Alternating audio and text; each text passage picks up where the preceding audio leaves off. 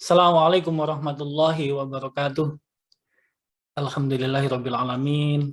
Segala puji bagi Allah, Tuhan yang Maha Kuasa, Tuhan yang Maha segala-galanya, di mana patutlah bersyukur pada pagi hari ini, sobat mahasiswa sekalian, kita semua masih tetap diberikan oleh Allah kesehatan, diberikan oleh Allah nikmat yang tak ternilai harganya, yaitu nikmat hidup, nikmat sehat.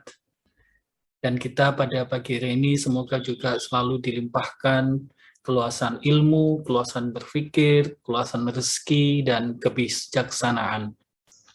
Sobat mahasiswa sekalian, pada pagi hari ini kita bertemu kembali dalam pembelajaran perencanaan tenaga kerja, dan pada topik kali ini kita masuk pada pertemuan ke-6, kita akan membicarakan tentang analisis jabatan.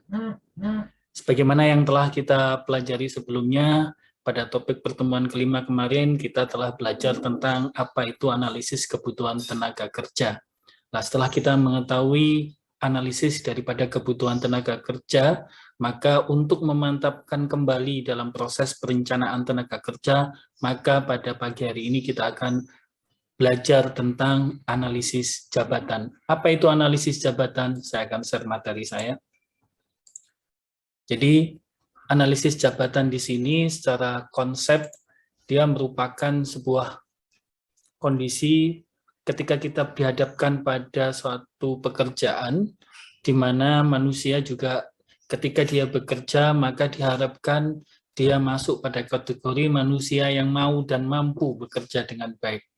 Karena manusia yang mau dan mampu inilah yang kebetulan yang sesungguhnya hakikatnya dibutuhkan oleh sebuah perusahaan, sehingga nantinya dia dapat ditempatkan dalam satu pekerjaan dengan posisi jabatan yang tepat sesuai dengan minat dan kemampuannya.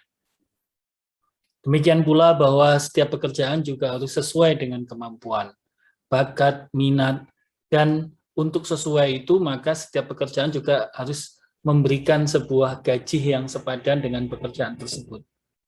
Tanpa pengetahuan yang memadai tentang apa yang dilakukan oleh para karyawan atas pekerjaannya, maka organisasi tidak akan dapat membentuk sebuah prosedur sumber daya manusia yang efektif dan dalam memilih, kemudian mempromosikan, melatih, menilai, dan memberikan kompensasi kepada karyawan. Sehingga sebuah jabatan itu sendiri, kenapa harus tepat pemilihannya? Karena sebuah jabatan itu sendiri merupakan sebuah sekumpulan pekerjaan yang berisi tentang tugas-tugas yang sama atau berhubungan antara satu dengan lainnya. Dan dalam pelaksanaannya, tugas-tugas ini memerlukan sebuah kecakapan, kemudian pengetahuan, keterampilan, dan kemampuan yang sama pula. Meskipun nantinya pekerjaan itu atau jabatan itu tersebar di beberapa tempat. Sedangkan dari sisi apa saja sih sebetulnya jabatan itu, saya di sini mengutip dari Undang-Undang Nomor 43 Tahun 1999, di mana jabatan itu jika ditinjau dari sudut pandangnya ada dua sudut. Yang pertama adalah jabatan struktural, yang lebih dikenal dengan jabatan sudah. Yang kedua adalah jabatan fungsional, di mana jabatan struktural ini adalah jabatan yang terkait dengan struktur yang ada di dalam sebuah organisasi itu, sedangkan jabatan fungsional ini adalah jabatan yang diperlukan dalam pelaksanaan tugas sehari-harinya. Kemudian apa sih sebetulnya pekerjaan itu sendiri? Jadi pekerjaan itu sendiri merupakan sekumpulan sebuah kedudukan atau posisi yang memiliki persamaan kewajiban atau tugas-tugas pokoknya dan berada dalam suatu lingkungan atau unit kerja. Jadi kalau jabatan itu merupakan sekumpulan pekerjaan, sedangkan pekerjaan itu merupakan sekumpulan kedudukan atau posisi yang di dalamnya ada kewajiban dan tugas-tugas dalam satu lingkungan atau unit kerja. Kemudian apa analisis jabatan itu? Analisis jabatan itu adalah merupakan suatu cara atau tata cara di mana kita menentukan tugas-tugas dan sifat sesuatu pekerjaan. Ia juga merupakan proses untuk menentukan jenis pekerjaan baik itu dari sisi skill-nya, kemudian pengalamannya, knowledge-nya, yang itu semuanya nanti dipilih untuk mengisi suatu pekerjaan. Sehingga analisis jabatan di sini, dia memegang peranan yang penting, khususnya di dalam penentuan suatu isi jabatan, di mana dalam isi jabatan itu di dalamnya mengandung tugas, kemudian tanggung jawab, kemudian hubungan dengan jabatan yang lain dalam organisasi, serta persyaratan yang dibutuhkan seseorang untuk mampu melaksanakan tugas pekerjaan dalam jabatan yang diembannya itu dengan baik. Nah, berdasarkan penjelasan tadi tentang analisis jabatan, berarti di dalam suatu analisis jabatan di dalamnya itu harus memuat paling tidak yang pertama adalah identitas jabatan. Di mana identitas jabatan dalam struktur organisasi di sini termasuk di dalamnya adalah job title, jadi nama daripada jabatan itu, kemudian apa tanggung jawabnya, kemudian di mana posisi dan lokasinya, bagaimana sistem pelaporannya, dan lain sebagainya. Kemudian yang kedua, berdasarkan identitas jabatan itu kemudian harus ada di dalam analisis jabatan itu posisi atau tugas-tugas dasar dan tanggung jawab apa yang akan dilakukan di dalam pekerjaan itu. Kemudian bagaimana cara pengerjaannya dan apa gunanya itu dilakukan. Supaya nanti yang memegang di dalam posisi atau jabatan itu yang memahami tentang tugas, kewenangan, dan tanggung jawabnya. Kemudian yang ketiga adalah di dalam analisis jabatan itu harus menunjukkan tingkatan skill-nya, kemudian pengetahuan dan pengalaman yang diperlukan pada jabatan tersebut. Kemudian bagaimana kemudian pekerjaan itu nanti bisa dipenuhi oleh seseorang yang kemudian seseorang itu bisa melihat berapa tingkatan skill-nya, berapa tingkatan pengetahuan dan pengalamannya, apakah itu memenuhi requirement daripada jabatan itu. Dan yang selanjutnya adalah di dalam analisis jabatan itu juga harus menunjukkan kondisi kerja yang akan dialami dan dihadapi di dalam menjalankan jabatan tersebut. Nah, kalau kita gambarkan beberapa analisis jabatan itu ada memiliki beberapa tujuan. Kenapa analisis jabatan itu diperlukan? Yang pertama adalah analisis jabatan yang ditujukan untuk penetapan gaji. Nah, ini Anda bisa lihat bagaimana kemudian keberadaan analisis jabatan itu menjadi standar untuk penentuan gaji. Yang pertama berdasarkan analisis jabatan, maka di dalamnya di situ ada analisis pekerjaan, di mana analisis pekerjaan itu akan diuraikan dalam sebuah spesifikasi pekerjaan apa saja yang akan dia kerjakan. Berdasarkan spesifikasi pekerjaan yang akan dikerjakan itu, maka akan muncullah standar-standar kerja. Ya. Nah, di dalam spesifikasi pekerjaan juga di situ nanti setelah dilakukan uraian dan spesifikasi pekerjaan, maka kita akan bisa melakukan yang namanya evaluasi pekerjaan. Nah, berdasarkan evaluasi pekerjaan di sini, maka kita bisa melakukan yang namanya survei pengupahan dan analisis masalah-masalah organisasi. Nah, survei pengupahan ini adalah untuk mengukur seberapa besar upah yang harus diberikan dengan beban pekerjaan dan standar pekerjaan yang akan diterima pada pekerjaan atau jabatan tersebut. Nah, berdasarkan survei pengupahan tersebut dan berdasarkan analisis masalah-masalah yang ada di dalam organisasi, termasuk juga di dalamnya kemampuan perusahaan di dalam memberikan standar upahnya, maka akan muncul yang namanya struktur upah dan gaji. Dan ketika kita menyusun struktur upah dan gaji, maka dasar utama yang harus diperhatikan adalah peraturan upah dan gaji yang ditetapkan oleh pemerintah. Kemudian, berdasarkan struktur upah dan gaji tadi situ, maka kita akan membuat peraturan-peraturan administrasi kepegawaian yang terkait dengan gaji. Jadi gaji itu akan diberikan jika para karyawan atau pegawai memenuhi peraturan-peraturan administrasi untuk mendapatkan gaji tersebut. Berdasarkan itu, maka kemudian dinilailah prestasi kerja karyawan. Dasar penilaiannya dari mana ya ini? Jadi dasar penilaian prestasi karyawan tadi didasarkan atas standar-standar pekerjaan yang telah ditetapkan. Ini kan kemarin kita pelajari juga di dalam analisis kebutuhan tenaga kerja. Nah, berdasarkan standar-standar pekerjaan ini, maka kita nilai prestasi kerja karyawan, maka di situ ditentukan pembayaran upah dan gaji. Kenapa penilaian prestasi kerja karyawan itu penting? Karena kita tahu bahwa sistem penggajian yang baik yang menggunakan konsep 3P, ya kan?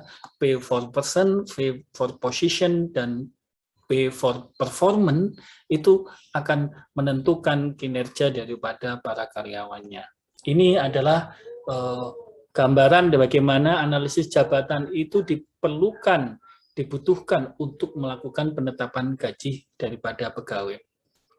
Kemudian tujuan yang kedua adalah tujuan analisis jabatan untuk program pelatihan. Nah, kan?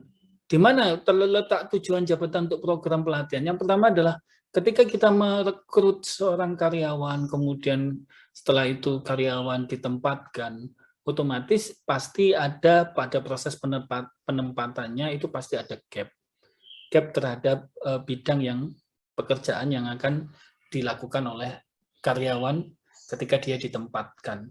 Sehingga di situ maka perlu ada informasi ya kan tentang pekerjaan yang diperlukan. Jadi tentang spesifikasi pekerjaan tadi apa saja yang diperlukan, kemudian berdasarkan itu maka kita akan melakukan yang namanya analisis jabatan. Nah, berdasarkan analisis jabatan tadi yang di dalamnya ada tugas-tugas, kewenangan, tanggung jawab, kemudian disesuaikan juga dengan requirement terhadap spesifikasi daripada jabatan tersebut, kemudian dimappingkan, dimatchkan dengan apa yang telah dimiliki oleh para karyawan yang ditempatkan, maka kita akan mengetahui gap. Nah, berdasarkan gap itu kemudian dibuatlah yang namanya program pelatihan untuk meminimalisasi bahkan menghilangkan gap antara requirement jabatan yang dibutuhkan pada satu jabatan tertentu dengan kualifikasi yang dimiliki oleh tenaga kerja yang menduduki pada jabatan tersebut. Sehingga program pelatihan tersebut itu nanti akan dilakukan di sini yang namanya penyusunan program pelatihan. Nah, sebelumnya kita juga telah membuat rancangan program pelatihan berdasarkan penentuan informasi yang diperlukan di setiap jabatan. Nah, setelah dimappingkan, maka kita akan tahu program pelatihan apa yang kemudian dibutuhkan oleh karyawan yang menduduki jabatan itu yang dia masih memiliki gap, sehingga nanti kualifikasinya dia supaya memenuhi requirement daripada jabatan tersebut. Dan itulah kemudian masuk pada program pelatihan daripada Departemen SDM untuk meningkatkan kualifikasi daripada karyawan yang menduduki jabatan supaya dia memiliki kesesuaian terhadap spesifikasi yang dibutuhkan di dalam jabatan tersebut. Kemudian yang ketiga adalah tujuan analisis jabatan untuk pengembangan karir. Nah, kita tahu bahwa setiap jabatan itu memiliki requirement, memiliki juga pentahapan, ya kan? Jadi di sini pasti setiap kedudukan itu, setiap jabatan kita memerlukan yang namanya suksesi ya. Suksesi ini bisa karena faktor mutasi, pensiun, kemudian karena promosi, dan lain-lain. Ini juga sudah kita bicarakan kemarin di dalam analisis kebutuhan tenaga kerja. Nah, berdasarkan analisis jabatan, maka kita akan mengetahui informasi jabatan apa yang kemudian ini dibutuhkan, ya kan, yang mengadakan kemudian berdasarkan itu, maka ini akan membuat yang namanya lowongan daripada pekerjaan. Jadi jabatan yang ada, kemudian berdasarkan jabatan yang ada, berdasarkan analisis kebutuhan tenaga kerja yang kemarin sudah kita bahas, kita akan tahu bahwa mana jabatan-jabatan yang memerlukan pegawai baru atau tenaga kerja baru, sehingga kemudian kita melakukan pembukaan lowongan. Lowongan ini kan bisa diisi baik dari internal maupun eksternal. Nah, berdasarkan lowongan tersebut, nah lowongan ini kemudian kita lihat apakah kemudian perlu kita lakukan mutasi atau promosi. Jadi mutasi berarti ada karyawan dengan posisi yang sama, kemudian dipindahkan ke departemen yang lain misalkan gitu, atau kemudian promosi, kita mempromosikan karyawan dengan level yang di bawahnya untuk naik pada posisi jabatan tersebut. Nah, ini semua nanti akan diuraikan, dievaluasi, dianalisis. Nah, di situ kemudian apakah dia kemudian terpilih, nah, atau tidak terpilih. Kalau dia terpilih, maka dia akan menjadi tenaga kerja perusahaan. Ya kan? Kalau dia tidak terpilih, maka ini akan menjadi satu tugas kembali dari Departemen HRD untuk mencari kembali, mengevaluasi kembali keberadaan stok atau suplai tenaga kerja yang dimiliki. Jadi ini adalah gambaran tentang bagaimana analisis jabatan itu diperlukan untuk pengembangan karir. Karena ya itu tadi bahwa analisis jabatan di sini kalau dari gambar ini kita memegang peran penting di dalam memberikan informasi tentang jabatan tertentu yang itu dijadikan dasar untuk melakukan rekrutmen dari karyawan, baik itu secara internal maupun eksternal untuk mengisi jabatan tersebut. Jadi nanti setiap karyawan dia akan tahu apa saja berdasarkan informasi jabatan itu, dia akan bisa melihat secara transparan, secara jelas apakah dia memenuhi requirement untuk mengisi jabatan tersebut, sehingga dia bisa merencanakan pengembangan karirnya dengan jelas. Di samping itu pula juga departemen yang ada di dalam satu perusahaan itu dengan dia melihat informasi jabatan, maka dia bisa juga mengorganize orang-orang yang ada di dalam unitnya, di dalam departemennya, untuk bisa melakukan yang namanya suksesi secara bertahap, secara transparan, sehingga nantinya secara adil, dan nantinya itu akan bisa juga memotivasi karyawan untuk bekerja menjadi lebih baik jika perencanaan pengembangan karirnya itu jelas. Kemudian yang selanjutnya adalah tujuan analisis jabatan untuk penempatan tenaga kerja. Nah, berdasarkan yang kita ketahui sebelumnya bahwa kita tahu bahwa keberadaan analisis jabatan ini akan memberikan informasi terhadap sebuah jabatan tertentu. Di mana dengan informasi jabatan itu, maka kita akan bisa melakukan tahapan selanjutnya. Baik itu tahapan berupa rekrutmen, ataupun kemudian tahapan di mana kita bisa menampilkan jabatan itu untuk melakukan proses seleksi, ya kan? Seleksi terhadap keberadaan daripada karyawan. Nah, berdasarkan informasi jabatan dan hasil rekrutmen, maka kita bisa melakukan seleksi. Jika terpilih, maka bisa dilanjutkan proses selanjutnya, yaitu penerimaan, dan kemudian ketika kemudian seorang karyawan itu diterima, maka dia akan ditempatkan. Nah, untuk penempatan daripada karyawan ini, maka dibutuhkan informasi jabatan kembali terhadap keberadaan karyawan yang telah diterima ini, apakah dia cocok dengan penempatan jabatan. Makanya biasanya setelah rekrutmen, maka ada yang namanya wawancara bidang, di mana di dalam wawancara bidang ini, setiap karyawan yang telah diterima, maka dia akan memasuki tahap orientasi di dalam bidangnya. Nah, di situ nanti peran informasi jabatan dan peran daripada analisis jabatan juga sangat penting, sehingga kita nanti bisa melihat sejauh mana karyawan yang diterima itu benar-benar akan ditempatkan pada tempat yang tepat, tempat yang sesuai, dan di mana keberadaan karyawan tersebut akan dalam posisi the right man in the right place. Nah, ketika tidak diterpilih, maka kembali kepada proses pencarian pekerjaan, ya kan? Sehingga di sini nanti akan kembali ke apa jabatan yang lowong, kembali pada proses rekrutmen dan selanjutnya. Jadi ini adalah analisis jabatan untuk penempatan tenaga kerja. Nah, secara umum, bagaimana peran analisis jabatan tersebut di dalam perencanaan tenaga kerja? Sebagaimana yang tadi sudah kita jelaskan, bahwa peran analisis jabatan di dalam perencanaan tenaga kerja tersebut, di dalamnya meliputi analisis jabatan itu kan memberikan sebuah deskripsi jabatan atau uraian pekerjaan, kemudian persyaratan jabatan, kualifikasi jabatan, kemudian tuntutan minimal kualitas daripada jabatan tersebut yang di dalamnya menunjukkan tentang spesifikasi jabatan dan klasifikasi atau penggolongan jabatan, di mana di sini nanti akan digolongkan jabatan-jabatan, kemudian dianalisis jabatan, dan disesuaikan dengan penyusunan berdasarkan analisis jabatan tadi, maka disusunlah sebuah struktur organisasi. Nah, berdasarkan analisis jabatan dan struktur organisasi tadi, maka kemudian disusun rancangan pekerjaan yang dapat dilakukan secara sederhana yang bersifat global dan secara spesial dan rinci, sehingga dengan analisis jabatan, maka perusahaan dapat memastikan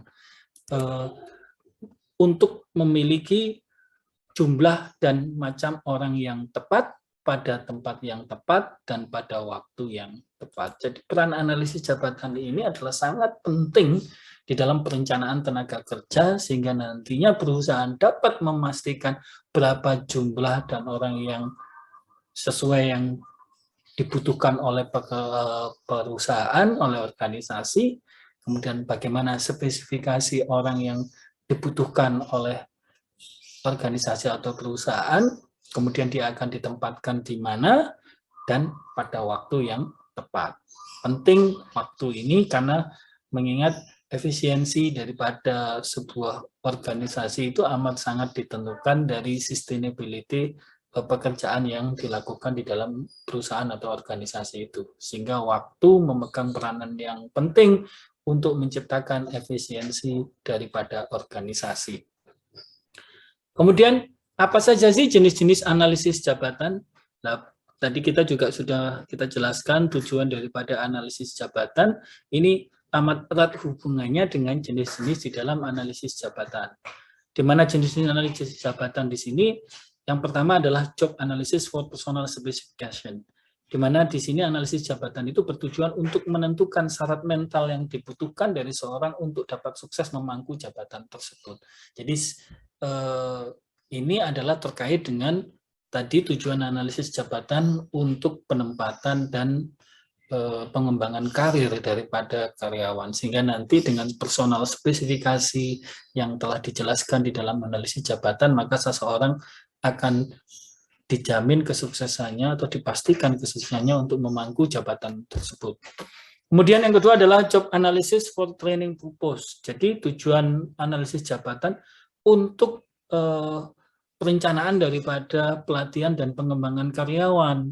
Jadi di sini di mana analisis jabatan tersebut yang dilakukan itu adalah dia menetapkan langkah-langkah apa yang harus ditempuh di dalam mengajarkan suatu pekerjaan kepada tenaga kerja baru, sehingga nantinya kita akan bisa melihat tadi gap-nya tadi, apa yang kira-kira dibutuhkan. Nah, itu dilihat dari kebutuhan itu dilihat dari gap antara karyawan yang menempati jabatan tersebut dengan berdasarkan kualifikasi yang dimiliki dengan requirement yang dibutuhkan di dalam jabatan tersebut. Berdasarkan gap itu, maka kemudian perusahaan atau departemen tenaga kerja atau departemen SDM dia bisa merencanakan program pelatihan apa yang dibutuhkan sehingga nanti itu dapat meningkatkan kualitas daripada tenaga kerja yang ada.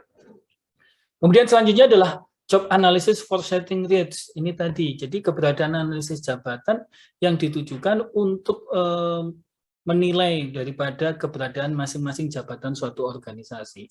Di mana sudah kita ketahui bahwa ketika kita menginginkan terjadinya sebuah kinerja yang baik, maka di dalam pemberian upah itu salah satunya adalah di samping upah yang didasarkan atas kualifikasi person, maka juga ada upah yang didasarkan atas kualifikasi dan requirement jabatan tertentu. Sehingga di sini nanti akan bisa ditempatkan tingkat upah yang adil ketika jabatan itu memegang peran penting terhadap kesuksesan perusahaan, terhadap kesuksesan organisasi, maka keberadaan upah tersebut juga harus memberikan bobot yang dengan komposisi yang sesuai dengan tanggung jawab yang ada di dalam jabatan tersebut. Kemudian yang selanjutnya adalah job analysis for method improvement, di mana di sini ditujukan untuk mempermudah cara bekerja tenaga kerja pada suatu jabatan tersebut. Jadi di sini para karyawan dengan adanya job analysis for method improvement, maka karyawan akan mengetahui ya kan apa saja yang harus dilakukan di dalam jabatan tersebut. Kemudian bagaimana melakukan pekerjaan-pekerjaan yang ada di dalam jabatan tersebut.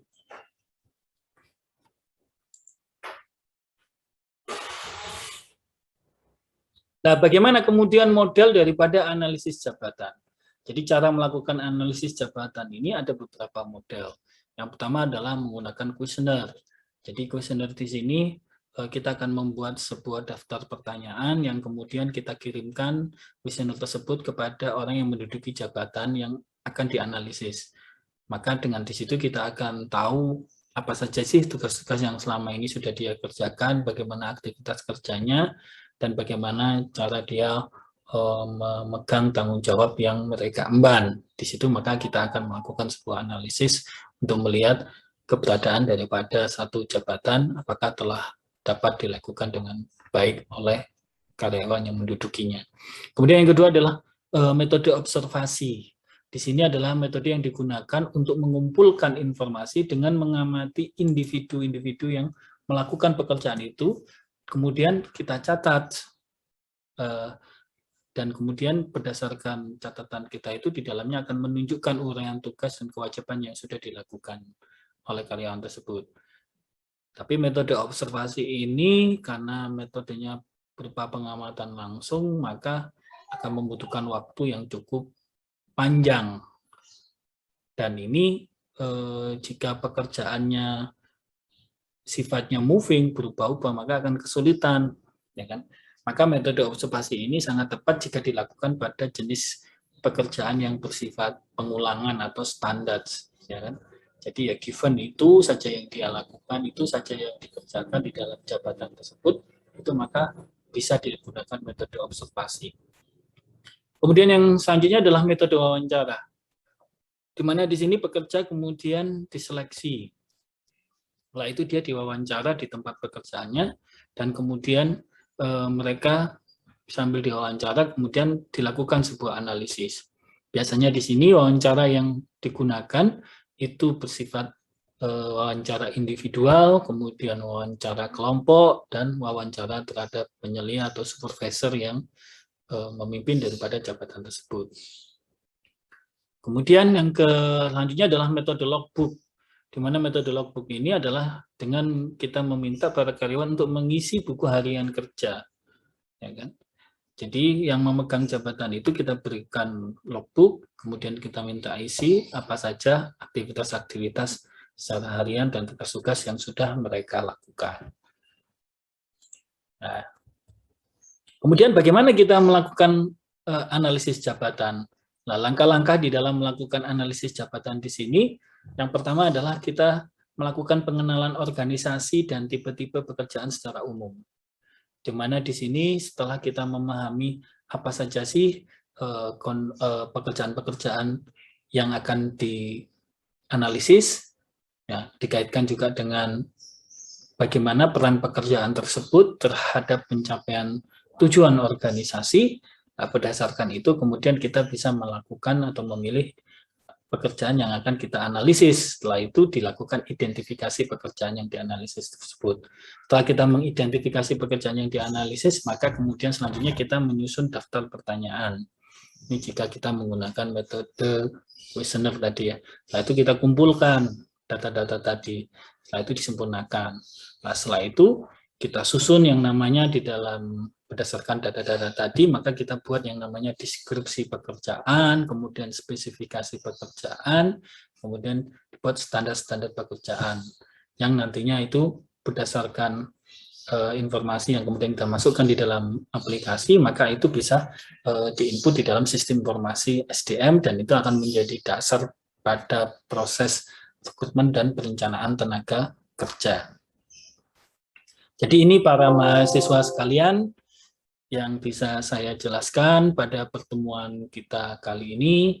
Kita pertemuan ke-6, mata kuliah perencanaan tenaga kerja, kita membahas tentang analisis jabatan dan perannya di dalam perencanaan tenaga kerja. Untuk selanjutnya, kuliah dilanjutkan melalui e-learning. Silakan para mahasiswa mengisi forum diskusi. Kita akan berdiskusi dengan sesama mahasiswa tentang bagaimana peran analisis jabatan di dalam melakukan perencanaan tenaga kerja yang efektif dan efisien. Kemudian selanjutnya dilanjutkan dengan tugas. Tugas Anda diminta untuk melakukan resume penjelasan dosen tentang materi analisis jabatan. Itu yang bisa saya jelaskan. Tetap semangat dan tetap berprestasi. Saya akhiri. Assalamualaikum warahmatullahi wabarakatuh.